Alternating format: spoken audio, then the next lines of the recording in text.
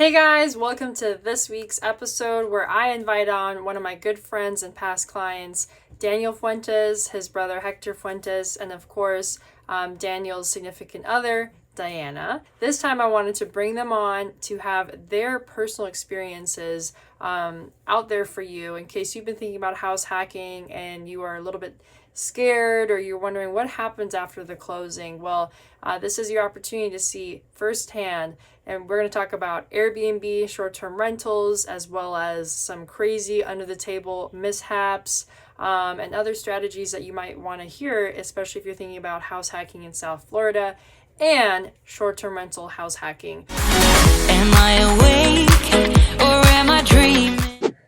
So I'll go first. So I was introduced to May via my brother.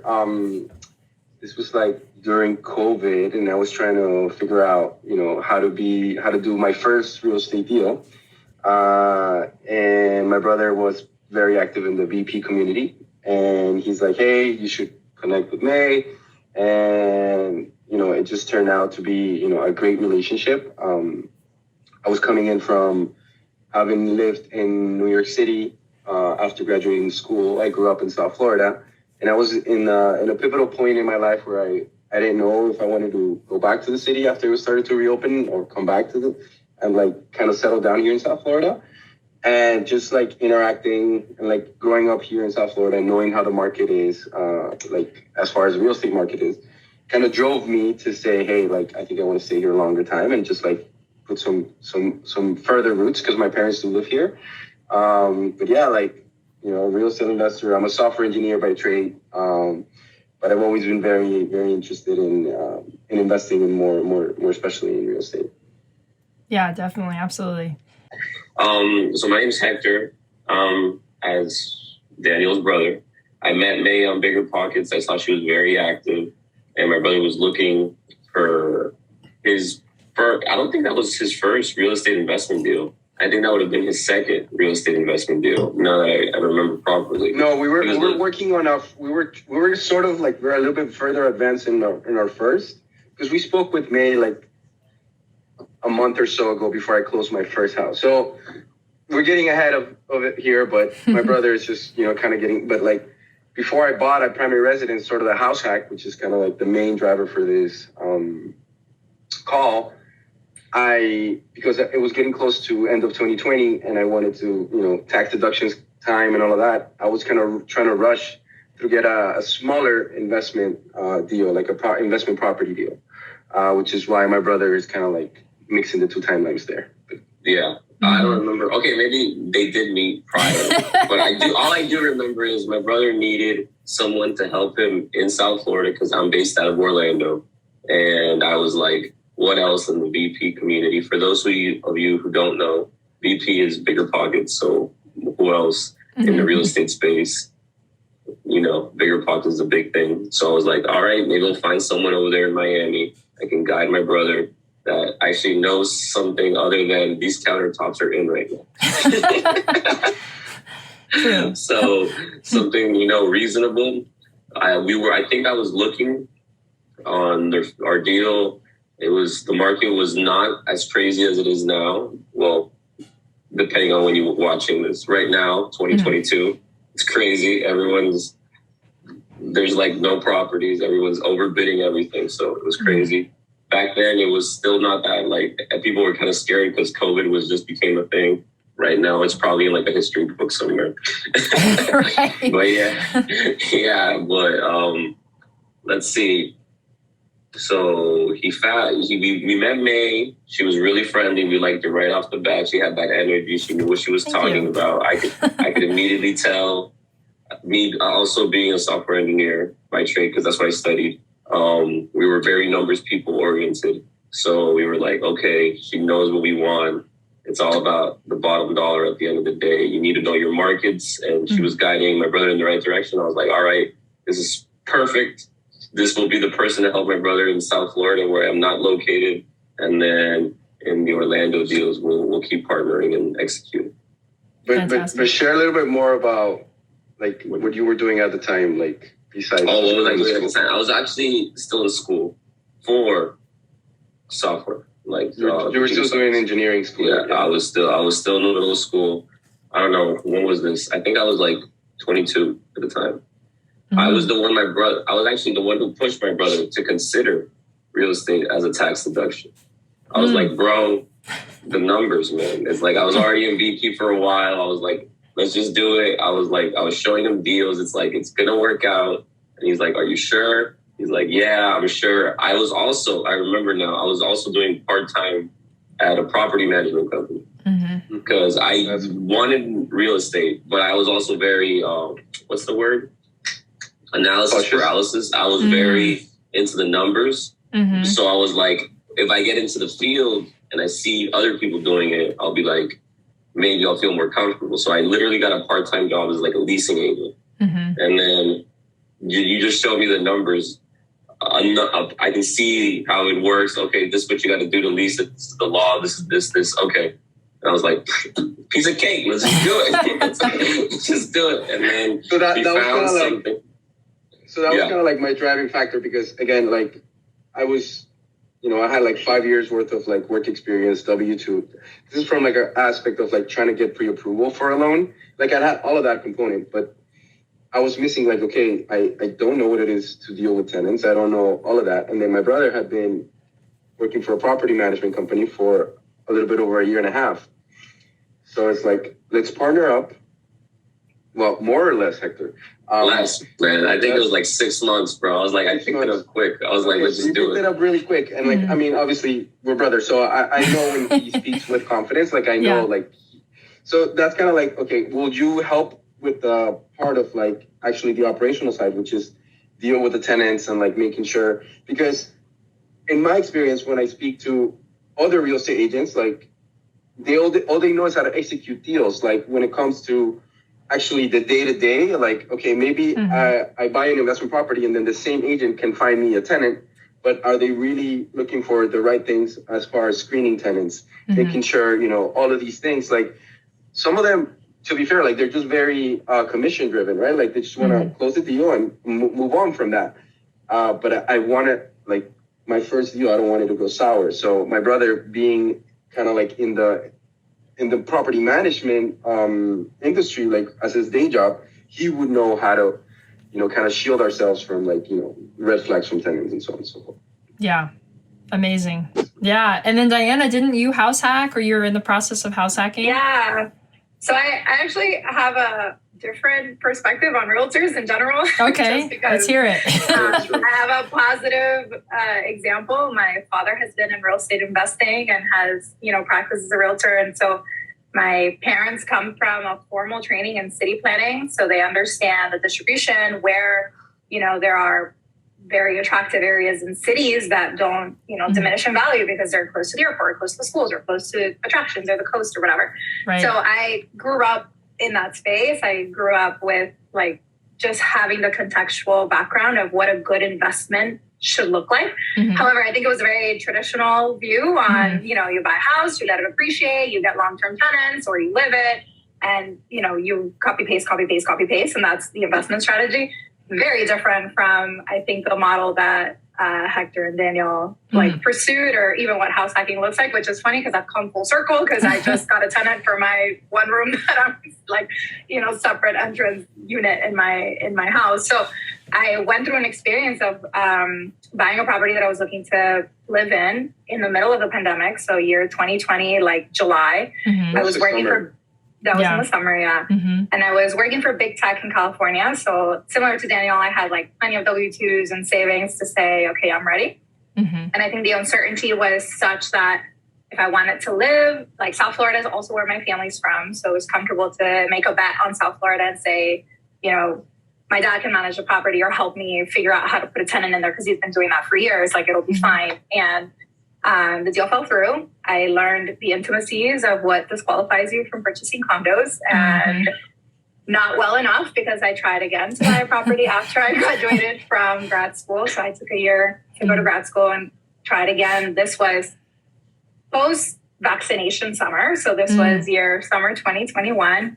So I experienced these two shocks in the market. And now I finally closed on a single family home, which is, has been an incredible deal. And you say, the deals that work because they were supposed to, and the deals that fall through are incredible learning experiences. So it was such a roller coaster to be a first time like prospective home buyer and go through 2 deals fall through, and then jump back in and succeed in the middle of the most insane market conditions. I mean, really ever. And you just learn, right? You like figure out what are the things that you need to be asking and what are the things that are going to come bite you in the butt at the end. And so it's been great. And I honestly seen the success story of what, you know, what these guys have been able to like literally living it, right? Because I, you know, share airtime and space with them constantly.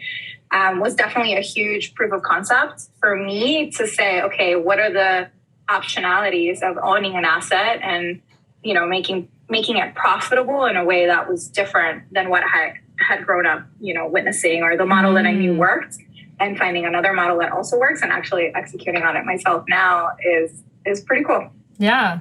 Well, there's a lot that I would love to ask you, Diana. So wait, when did you close on yours, by the way? I closed March 18th. Oh, just last, it's still April. Just last month, right? Okay. Yep. And how has it been going so far?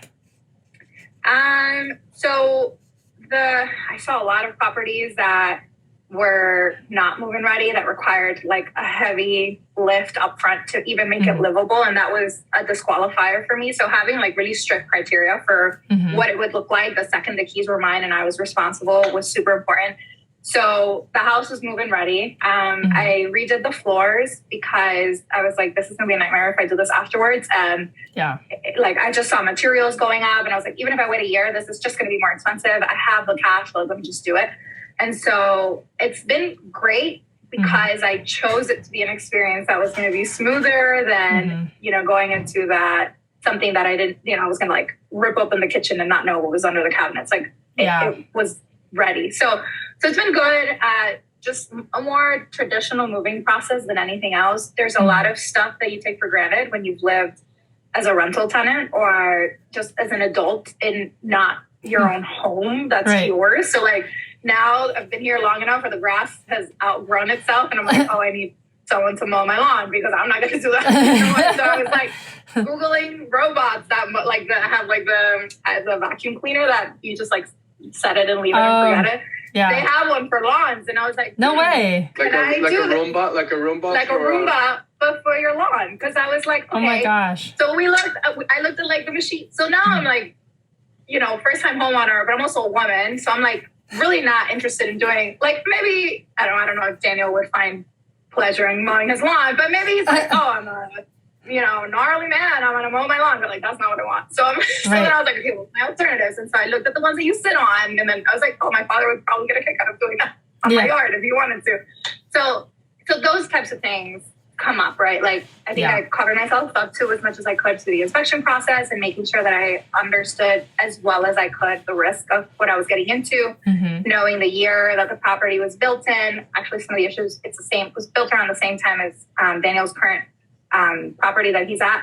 And there were issues that he's, you know, had learned about that I'm like, oh, let me make sure I ask that up front, or let me try to take a look at that ahead of time. So just contextually stuff that you learn with experience that I've been super blessed to learn through these guys because I was late to the game by two failed attempts, but we made it. We got here. Absolutely. Amazing. Third time's a charm. No, for sure. Mowing a lawn, and like there's a lot of things that we do take for granted when we're renting or we're staying with family. Mowing the lawn is one of them. If there's a pool, that's another one. Pest control, like everything, you know, like, oh, there's something wrong with the toilet. Now you've got to. So like even basic things, right? Like I have a sprinkler system here, and the sprinkler system, there's one right in front of my front door, and someone, I don't know, moving around had turned it so that the water was flowing into the house. So one day I walk in and like the front door is flooded, and I'm well, what happened here? And it was just the sprinkler system. So now I need to go learn, you know, how my sprinkler system works so I can figure out how to program it. So I can blow my house when I turn it on. I mean, I like, but it does help that I'm also an engineer. So like some things I have, but otherwise I'm calling Daniel like, babe, this happened. Have you done this? Have you fixed this before? Like, where do I start? You know, so even just today, I was like, hi, do you have my handyman's phone number? Because I really want to get a couple things done. And so, you know, it's super helpful to have a network. I think Absolutely. That's the power of what this brings together. No, and that's what's the most fun for me in all of this. What advice, knowing what you know now, would be like number one you would have given to yourself, like rewind way back when? I think just get mentally prepared to to take the hits, right? Because buying, and I think you did advise us on that, May. Like I remember, you were like, hey, you're not buying new construction, right? You're buying a pre-owned home, right? And especially in the area where I am, it's sort of like original Miami kind of thing. So it's like our houses that are built like in the 50s. So they've been around for some time, right? And again, they have exchanged multiple generations. So, and more so in a property where it has been, it was one layout at first, but then when I came in, it has been built an addition, right? So, you look at piping, you look at, how the AC was built, like all of these things, like you need to prepare yourself mentally for that. And again, having a network helps a lot. But yet again, like at least in the current market that we're in, we look at the property. If we would have just held it for the amount of time that we have held it, the amount of equity and the amount of appreciation we would have gotten, it was worth it anyways, right? So, but at the end of the day, like I think this also kind of like echoes and like looks back to Diana's earlier comment, like. We were young professionals, rather, with our engineering degrees, I was off to New York City. She was off to the Northeast, and then ended up in California, working for big tech. Like we were living in fairly well apartments. Like I was the first tenant in like a 50-story building in Manhattan, right? So it was like, hey, I'm in a new complex, like. And anything, you just fill your order and they come and fix it for you. So becoming a homeowner itself, you have to kind of like say, okay, who's going to fix it? Am I going to call a handyman who's going to charge me, I don't know, 50, 100, 150? Or maybe spend 15 minutes of my time watching a YouTube video and trying to see maybe I could just buy the part myself and trying to figure it out, right? So I think that's the biggest game for me. And again, engineer by trade, I sort of like handling and troubleshooting things. So like I could spend a lot of hours just like trying to debug source code and transcode, but I also like to do, things that are handy. So again, it takes a mindset, but I wouldn't deter it as somebody that, it's coming into their first deal. Yeah, for sure. And I'm curious, so how often do you handle it on your own versus hire somebody? What's your, at what point do you decide? I've been pretty bad as like I handle most of the stuff on my own. But again, there was a period of my life where because of COVID, I sort of like took some time off. And I was offered a severance package for the investment bank that I was working for. And I sort of took that time to kind of like, okay, let me work through this house hack and try to have it my full-time job. Because at the end of the day, like I was also going through like a career let's say moment where I was pretty burnt out. I'm not motivated with my day job, even though I love what I did. I love my craft, but I just needed a break. So it's like I poured everything into the project, the house hack project. And then now that I just started a new job about a month ago, I need to make sure I have speed dial a cleaning lady, speed dial a contractor, like all these people, because otherwise, like, I have to do my day job. So I've been pretty bad at doing it myself. Like and it sucks because like I have a hardware store like down the block, and I have a Home Depot 2 blocks away. Like it's like, hey, let me just drive over, buy whatever I need after I watch this YouTube video. And like the things that I won't do is like I'm not gonna buy a whole like chainsaw to like but my cast iron piping, right? Like I'm not gonna do that, but it's like little minor repairs here and there that I've done myself. Like I was installing Diana's like security cameras like last week, and those little things like that, like I don't mind doing. Like I try to like section my house So I like bored, like I bought a pretty big piece of drywall and like I sanctioned the house so I can have more privacy because now we're in there's kind of house hacking via Airbnb and we can talk about that later. Yeah. But those are the things that I did myself. Like I didn't get a contractor out here to do it. Like after I watched a 10-minute YouTube video, I was like, yeah, I can do this. Oh my God, I didn't realize that you did it yourself. Good for you. Yeah. And to that point, you know, I think you just have to, for anybody listening to this, deciding should you do it yourself, learn how to do it. Of course, there's value in that. However, if you make more money doing what you do for work, you've got to decide like what is smarter. You know, in my case, like I'm not handy. That would probably be a mistake. I'd probably have to hire somebody to correct it. So you have to weigh those things, right? And so you guys are handy. So we're actually having this discussion recently about identifying opportunities to outsource, which you could do in your life, right? Like people will, you know, to go grocery, maybe they don't go grocery shopping, they order, or they pay somebody on Instacart. That's outsourcing, right? This task that you maybe think your time is more valuable than that. Right. I think for home ownership, a lot of tasks become, okay, am I, you know, going to go mow the lawn myself? Do I buy the robot or do I outsource it and have someone else do it? And so I think that there's like a risk assessment that you also have to do for, okay, am I going to do more damage than good if I try to do it myself? The answer is usually yes for the majority of things for me. So I will call the trusted advisors in my life first. And if they can't help me or if they're tied up or whatever, then, you know, you'll find an expert. Because if I try to fix a valve by myself, Oh, I would agree. In the beginning, I even did some subcontracting. And nowadays, I won't, unless it's like extremely minor, I probably wouldn't do it myself. It's just,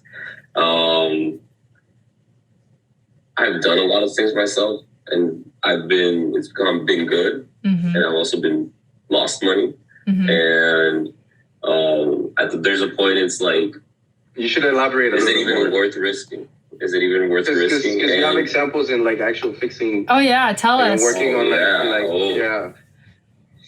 I don't know. There's so many. So start by why you say that. Like, what drove you to like to that conclusion?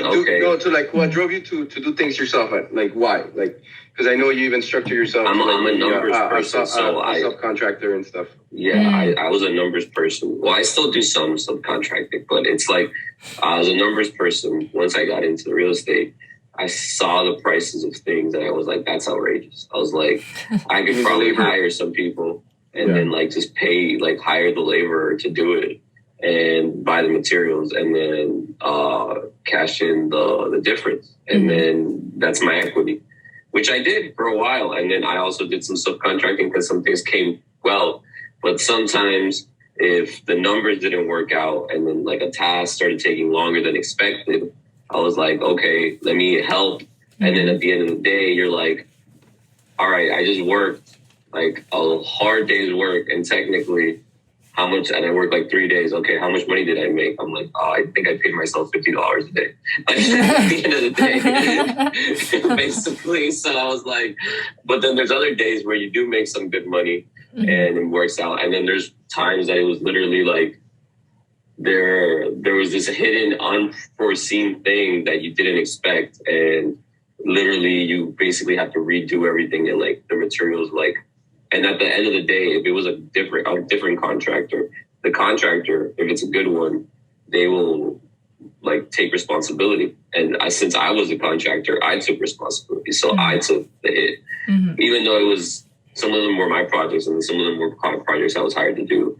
It was just at the end of the day, I realized it was like the things I'll do now I'll still do most things, but I won't do them myself. Like I already have a team of professionals, which I sub to for the project. And then it just comes out a lot smoother.